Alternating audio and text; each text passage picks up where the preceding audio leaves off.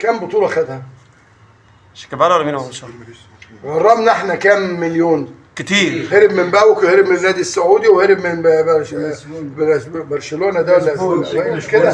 تاريخه كله هروب. شيكابالا راجع عليكم بخساره يا ريس؟ نعم. راجع على النادي بخساره؟ لا وعلى مصر كلها بالخساره. يا باشا لما يجي المفروض كابتن فريق يجيب بنتين كومبارس هنادي وهنا الاثنين هي يجيب رئيس النادي يطبلوا له ويرقصوه. ها حزموه. عيب ده نادي الزمالك، ده انتوا مرمطتوا بكرامه الزمالك الارض. تقريبا الونش راح. في انباء بيقول الونش فاضل 3 سنين. مصطفى محمد يا معلم السؤال بيقولوا برضه في تفاوض مع مصطفى محمد. هل كده الاهلي بيسعى قدام كل لعيبه الزمالك؟ مصطفى محمد لو خدوه ده مش من الزمالك.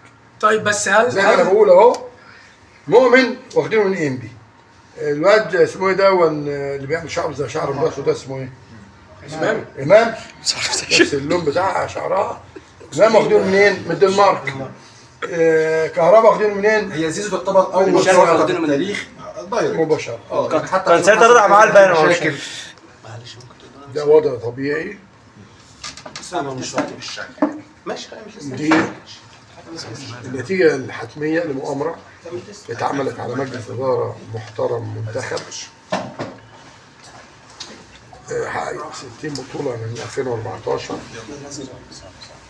وزي ما كنت بقول اللي كان عايز يخلص من الجنين عشان الأم تعيش خد اسم الجنين والأم أنا الجنين والأم الزمالك خلص احنا الاثنين. بس خلص مني أنا ما عنديش تأثير. ليه؟ عايش حياتي أنا ومراتي وولادي. لما يكون أنت متبرع ب 200 مليون جنيه للنادي وتتهم أنت وولادك إن أنتوا بتاخدوا عمولات، دخلنا كام يعني؟ مليون؟ 2 مليون. يبقى أنا مجنون. طب أتبرع ب 200 مليون جنيه والإيصالات فين؟ في النادي. لو في كلب في لجنة العار يطلع يقول أنا كذاب. هل في سبب رئيسي؟ مين حسب؟ اولا هو في كرة اليد ما كانش نجم. طيب هو عضو في النادي؟ انا قلت قبل كده مش عضو في النادي. هو رياضي عشان تتحول الى عضويه عامله لازم يبقى فيه ايه؟ قرار مجلس اداره طلع لنا. لو هو راجل يستقيل. لو هو عنده دم يمشي. لو هو راجل يطلع قرار مجلس اداره ادي واحد. تمام؟ مين هشام نصر؟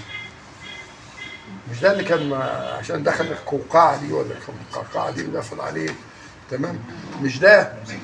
اولا ده مشطوب لانه ضرب فرد اهلي.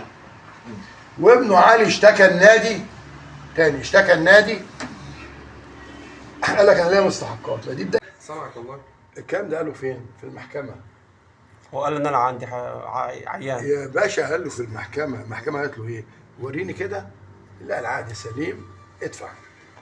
جميع درجات التقاضي. بلاش الهبل ده. يعني كهربا كان عقده سليم. بقول لك الكلام ده راح قاله في المحكمه. مش محكمه واحده. انت عارف استئناف كل ده. قال بطل هبل يالا. اتكل على الله. ده مرتضى اللي دافع لك نفقه مراتك الثانيه.